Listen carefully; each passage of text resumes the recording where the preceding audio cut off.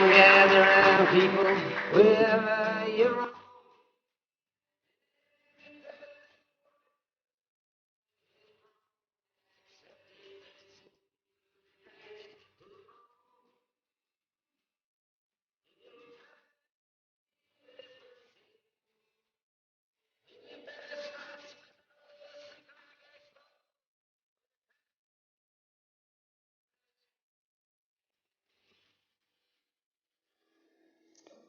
As the Bishop said earlier, colleagues, it was about 10 days ago when I started researching for this address, and the world was different 10 days ago. I had already decided on what I was going to use as our text, because everybody sees, and we all see, how much of that is changing. That same evening, we had dinner with Deputy Trott, who is now our liaison officer, or whatever else you call it, with the government. And I said, Lyndon, are you aware that you have a very important role to play in the address to the Guernsey licensees, our colleagues? And he was not aware of this. He said, you are the ones who decide on the music, because that was the deal I had with Kevin Stewart in the past. Lyndon became slightly restless, was trying to get advice from others, what ought to be the case. And he suggested the floral dance. I decided that was probably not appropriate. Having this Nobel laureate, I thought, just as you know, and interestingly, he did not even, or is not even to turn up to get this prize. In a nutshell, being the island, bailiwick, water, all of that, and a very, very fast-changing world. Also, the 23rd of June in the UK was the election, the plebiscite. And 3 days later, I had the fortune to be in a gathering with the former governor of the Bank of England. And the mood in the city was violent, was absolutely hostile. I've never been in a meeting where people were so angry about democracy and everything else. And he was saying how his world had completely changed over the time he was a governor of the Bank of England. And what I would like to do over the next 30 minutes or so is to take us through this changed world, and for you as the ones who are running the companies on this island. This is always the challenge. 2 years ago, you may remember, or you may not, I introduced the 3 R's. Having been to school in Holland, you get quite a good education. And that is, they teach you about the 3 R's. And then after a while, you're aware that only one has got an R, and the other two start with an A. We're talking, and William was talking about the sort of load of regulation coming our way. To me, and that I think is absolutely what we ought to have over the next number of years. The combination of the 3 R's, there's risk, and the world is full of risk. But in order to get reward, you need to be able to run risk. If there is no risk, you will not get reward. The Commission is very much aware of that. And I am aware of that. But what is very, very important for the bailiwick, it is that the three hang together. It is the risk, it is the reward, and the reputation. The risk and reward is for you to balance that. The reputation is where the Commission and we come in and say, okay, you run that sort of risk, which is not acceptable to the bailiwick. We want to be a good place to do business, and you will not put that at risk. I, like William and the Bishop did before me, would like to talk much more away from papers and thousands of pages of how we do things. But before I do that, I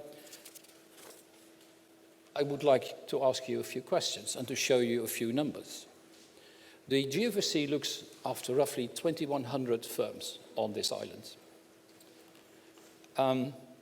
There are 1,500 boards, we think, on this island. Quite a lot. And those boards, and sort of almost 10% of those probably here today, there are 7,200 directors on this island who have our future in their hands. That is roughly 5 per board.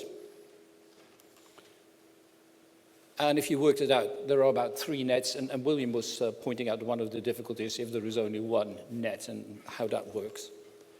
And therefore, there are about 4,500 net positions. This is the work, this is the canvas we're paying on. I talked about risks, and I'm going to talk about risks a lot more. First of all, the difficulty in the world today, and that was what the previous governor of the Bank of England was talking about, was the change for us as people in financial services about the yield that is available. I certainly know from my past, I just bought a house in England as and when Britain left the EM.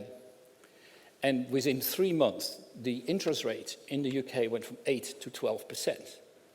And it is now very difficult to imagine that the interest rate at that time was in a 3-month period from 8 to 12%. Now, if you look at the sort of rates that were available, you talk about 1% if you're lucky. If you cash in the bank, you get nothing. And that, so it is a very, very different environment. And what then happens, having been in the life insurance industry for long periods of time, you try to improve your yield. I come then back to my risk and reward. You can only improve that reward when you increase risk. And that's where it comes back to. We are not, and we have to get used to this lower risk return environment. So what companies are doing, and we've seen it here, you see it in the UK, you see it almost everywhere, that companies and individuals are taking extra risk to make sure that this extra yield will become available. As and when the former governor spoke, he quoted what is the 10-year Treasury rate in the United States, which in June was about 1%. So in order to have 10-year bonds in the US, you would get 1% over the 10-year period. Every year, of course, but over that period. Since Tuesday, that has all changed. It's now almost doubled. And so what I knew for certain 10 days ago, I no longer know now. And that is, again, comes back to you as directors and owners of businesses. Another thing, and as at the moment it's a typical UK thing, is the action of regulators. There was a boss of the FSA who had the words, "Be scared, be very scared." And there was another one who said, "I'll shoot first and then ask questions." Well, that we certainly in Guernsey and the Commission does not think that is the right way of going about it. But there is now this senior management regime, and in another activity I do, I'm chairman of a law firm, and it is going to be quite profitable to tell NEDs what they can say and they cannot say. I've been a chairman NED on 5 continents. The only one I haven't been was Antarctica, but all on the other continents I've been a chairman or director. And the various ways those the cultures I'll go about it make absolutely sure that what the FSA is trying to do in the senior management regime, I have so my doubts.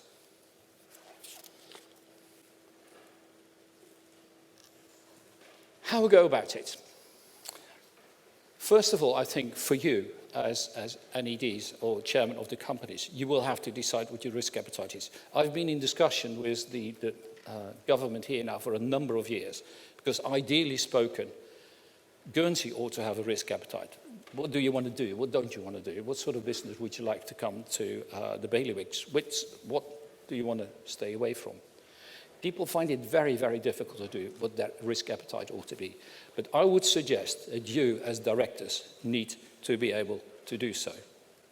Not just for yourself, but for your company as well.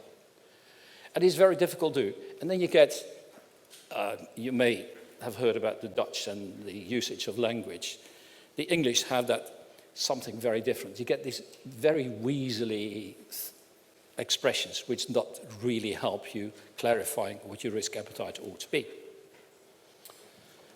The second part of the risk appetite is, and William mentioned it, do you understand the risk model as an NED? So, okay, you sit there in the room, do you know how the company makes money?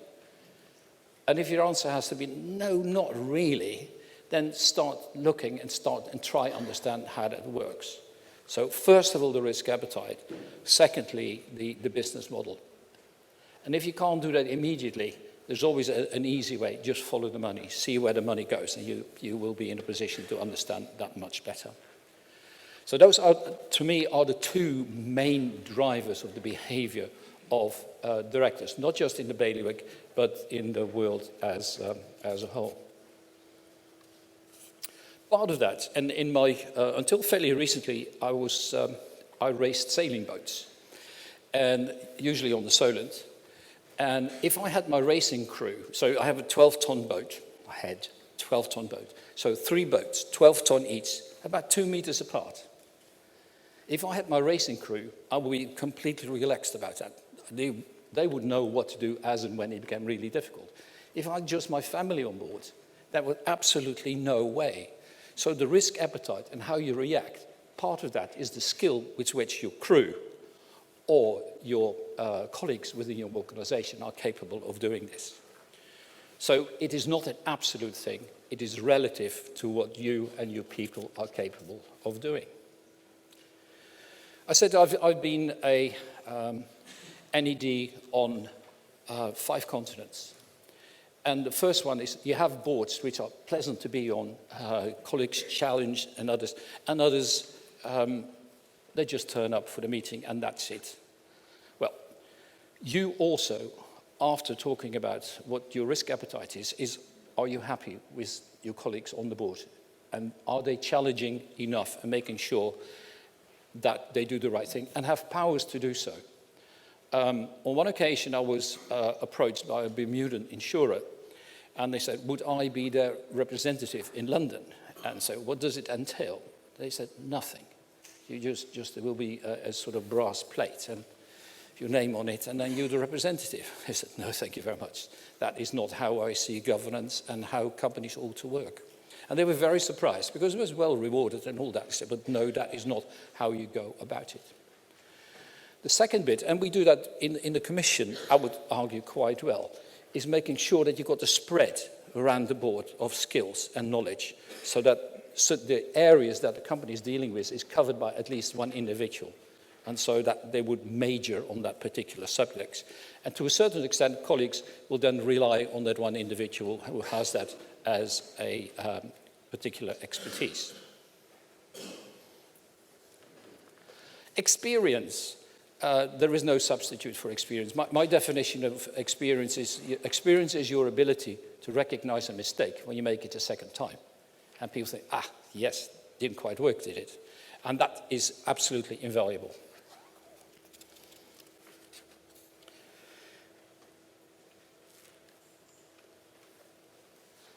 Robust challenge. Coming from Holland, it comes naturally. And not everybody is at ease with that when you do it. And when you see the chairman sort of moving on his chair from, this is a bit uncomfortable and doing, so why are you doing that? I've got a timetable to stick to and you've got 50 minutes for the subject. You're making it difficult. As an NED, you have the obligation to do that. And my trick was always that maybe I'm slow today or maybe I'm thick today, but can you just run this past me again, please? And then you'll find that none of your colleagues actually got it, but it was just not prepared to say so. So getting and understanding the risk, whether it correlates, and we'll talk about black swans at the moment. A lot of people say black swans, and that's what's going to happen. As individual businesses, you probably have very few of those, but you need to be able to discuss that. Chairman moving, and I still, and he will look at you. Are you sure you want to discuss this? Yes, I do. And then everybody else will. Then you have, as an NED, the choice. So stay and fight on the inside, I know two individuals who were on the RBS board when all these terrible things happened. And I absolutely know them as challenging, literally in the board, challenging individuals as well. And it still happened, and I'm still puzzled, and I've discussed this with them. They say, look, what happened in the board? How could this happen? Because I know you as an expert on the subject and challenging. And then you could simply outvote it. Then you have a decision to make. Do you stay on that board and fight for the inside? Or you leave and you have no power at all thereafter. So that's a very important part again. Do you then leave and lose all that power? I always said, I'm stupid today. And then people then laugh a bit. He said, ha ha, he is or he isn't. But you have to be brave enough to ask stupid questions. Say, run this past me again. We had a risk meeting in a very large insurance company on the day George Osborne decided that he was going to kill off annuities. And we were sitting there, and somebody walks in. And there was just one of the actuaries who was doing this presentation on investments and annuities and long-term and all of that. This man comes in and he says, listen to this, and they switched on the radio. And there and then, there was a complete chaos as far as the board was concerned, because we didn't understand what all the consequences was going to be. We stopped for half an hour and then started again, trying to articulate what it is we needed to do. And you have seen the outcome of that. Then also, it was, I've had the fortune to be the boss in the UK of Commercial Union, and you may remember their slogan, which was, we won't make a drama out of a crisis. And that had two reasons. One was internal, that people knew they were empowered to do things. So if that was, they thought that was the right thing to do, you have the power to do so. And the other one, of course, is the slogan, which then, it is still used today in the press from time to time, drama out of a crisis. And making sure that all the parties, and when I was at university, I always used the stakeholders, all the stakeholders have the right answer coming from your board. So come back to the robust challenge. My first step as in this world of finance was as the head of strategic planning for a Dutch insurer. And it was at the time that scenario planning was very much the thing to do. And it was Shell in particular, it was very keen. And they had had a major success in Iran. They had run a scenario on Iran, and they predicted the Ayatollah, and they had completely disinvested from Iran. So being in Holland, this is fantastic. So I was, of course, coming from university and being enthusiastic about all these things, I would do scenarios for my chairman. And one day, I'd given him all the information. He said, Cees, if I were not to employ you, I would be a very happy person. Because he was not prepared to look at B, C, or D. He didn't like that at all. And we have today, for you, as directors, it is one of the things you surely need to do. Moving to conduct and culture. William mentioned Sarbanes-Oxley. How many pages Sarbanes-Oxley, the original legislation? Anybody? Daring? 10, 100, 1,000? Nothing? Okay. 825 was the original law on Sarbanes-Oxley. What is the current Sarbanes-Oxley pack? Any idea? 22,000 pages. There's just absolutely no way that this works. And therefore, moving away from endless prescriptions, which I certainly think is an American way of dealing with these sort of problems, to that, what we've been talking about, William has, and the Bishop has talked about, is the conduct and the culture of the organization. And I certainly would be very keen to make sure that everybody within an organization, this is the way we do things around here. So they have that as a reflex and not having to tick lots and lots and lots of pages.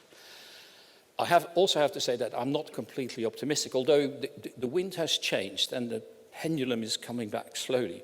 But it is still I think the EU legislation to do with financial services is about 60,000 pages. Well, I read quite quickly, but there's absolutely no way that I will be able to do so and get it absorbed in my mind. This is something, whilst preparing, there's an IOD booklet. It is £9.95, so otherwise I would have all given it to you, but the Commission has not that much money. It was about how people behave in their normal life and how they behave as and when they're in business. And the 50 is sort of the median. And so this was about 1,000 UK business people were asked certain questions. And so the ethics of obedience, you see that on the left. As and when they're in their private environment, they're just a bit obedient, slightly more than what. But if they go to their business environment, it changes. They're more obedient than they tend to be in their private life, which is a very interesting thing. And similarly is the ethics of care. So when you have in your individual life, so your mum is being sold something, so then you have your ethics of care. No, you look after her. Now you're in a life insurance environment, so it's no longer your mum or your grandma who's sold a policy. It's a business target, it's a sales target. And the mood changes, and it differs as a result of that. And also, because all these things should add up, you see that the ethics of reason, therefore, somebody says that it has to be done, as and when that is in business environment increases. So people drop their ethics, they drop their, the way they deal with individuals. I find this very, very interesting indeed. We do have tools, but are they working? The largest number of pages I've ever had in a board pack was 1,400. There's just absolutely no way that anybody can absorb that. And it's got worse, because in the early days, if the pack was very heavy, I would come into the board meeting and would drop the pack on the board table, so that to my displeasure about such a big pack. Later, they turned that into an iPad, and as it was my own iPad, I wasn't going to drop that onto the table. But how can you, in a complex environment, have enough information to deal with this? Well, one of the things you need to make absolutely certain that if you haven't got it, that later somebody at a university of Warwick or anywhere else is writing you up and finding out why that didn't quite so well. You have to have your finger on the pulse. Just be awkward towards management. That is the only way to be, because otherwise you will not be able to do that. Making sure that the monitoring you need to do, it's your obligation, NED, you're there on behalf of all the stakeholders to do so, making sure you get that in place. Talked about the board pack. What boards then to do and the management response? They have a question, and that answer comes, and for the next 5 years, that same answer comes back in the board pack. There is a famous story about Catherine the Great in St. Petersburg. She and her husband sort of designed St. Petersburg. And one of the early years they were in the palace in St. Petersburg, there was a snowdrop came out of the snow. And so Catherine says, put a sentry there, because I don't want anybody to step on the snowdrop. 150 years later, there was still a sentry standing in the middle of the garden, because nobody had ever bothered to repeal that order. And board packs have a lot of that, because it was once a very sensible question, and it carries on and it carries on and it carries on. So from time to time, just look at the information that you are being given, and to what extent that is still makes sense. What can you do as an NED to make sure you get the right information? Well, the first one, and the organizations here on the island are of course much smaller than in London. To me, it will be the internal auditor. And here you probably have an external internal auditor, because it makes no sense to have just one internal auditor within an organization, but because that person will not have the authority and the the interaction with his colleagues to be very effective. The second thing, and being an ex-partner of Coopers and Lybrand, now part of PwC, I've always relied a lot on the external auditors. I know how audit firms get making sure that the quality, the technical quality of what they do is of the highest order. And I think as an NED, you ought to have meetings with your external auditor without management from time to time, making sure that you get that information, what is there. Compliance is there, which is something from the last 10 years or so, but I personally put more emphasis on the internal auditor in the first place, because you can control, you can ask the questions, you can say, can you find out about this, can you do about that? And then secondly, the external auditor, and thirdly, the internal auditor. Another thing which I've learned over the years, don't give a risk to a committee. Because people will then sort of, oh no, it is him or her or her. Give it a name, give it a person. It is you. You are dealing with that particular risk. And that in itself, and so that's what I mean, attach a name to a risk. It is a person. It's your duty, it's your task to deal with that. And to me, that always made most progress in people then ownership of that particular risk.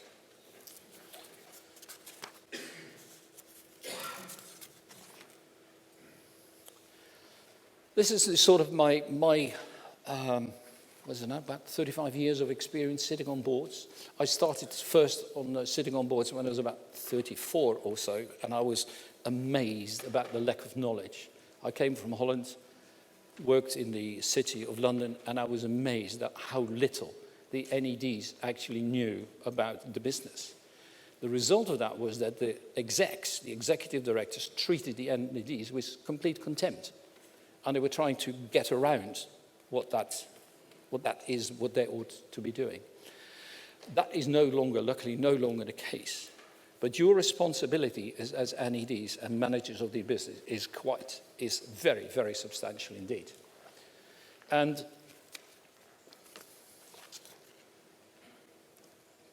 should go further. It will do. As and when I talk to the politicians, I need to, so from time to time, I need to restate my credentials. Why am I here with them as an off-islander? For all of us, and the word colleagues, for all of us, the bailiwick is our livelihood. And there is nothing else. If this world were to go away from us, for whatever bad reason in the main, it is us here, the people on the bailiwick, who need to make absolutely sure that we do this well.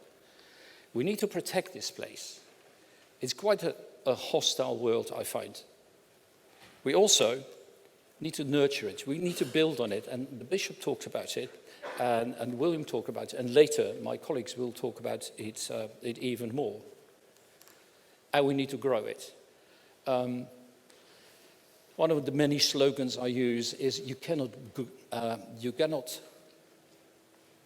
shrink to greatness. You cannot shrink to greatness. One has to grow. And when it's 1%, 2%, 3%, we were used to 5, 6, 7, 8%. And probably now, if it is about 2%, we're happy. But we need to make absolutely sure that the business grows.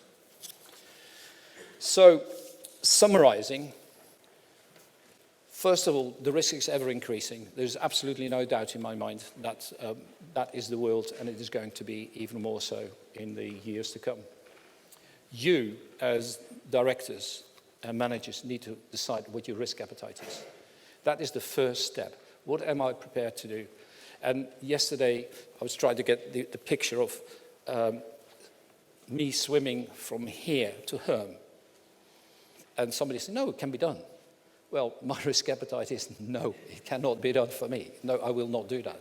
So some people will be able to do that. So make absolutely sure that you understand your own risk appetite and that of your organization. Do you understand the business model? And if you don't be there. Or if you have to be there, make absolutely sure that you do understand where is the money being made, where is the risk being run. There is just no other way for you as NEDs about it. Your colleagues, is there enough spread amongst your colleagues so that the things you're not so well versed in is capable of being addressed by another person, making sure that the spread within the board is capable of doing so? And I do understand the limitation, but if I say on average, a board will have about 3 NEDs, then you probably need to do a few more things than just you would do in London. The fourth thing is the challenge. You need to challenge. And you can think of all sorts of phraseology. Run this past me again, please, because I don't quite get it. And probably management not too keen that you have to, but that is your role as a NED. And in particular, that's what I would like to leave the thought of you with that one. Make sure you are not the next case study, because somewhere at university, when something has failed, will write up and you will be in it. As NEDs, it is your task, it is your role to make absolutely sure that the bailiwick and the companies on the bailiwick are well run. Thank you very much.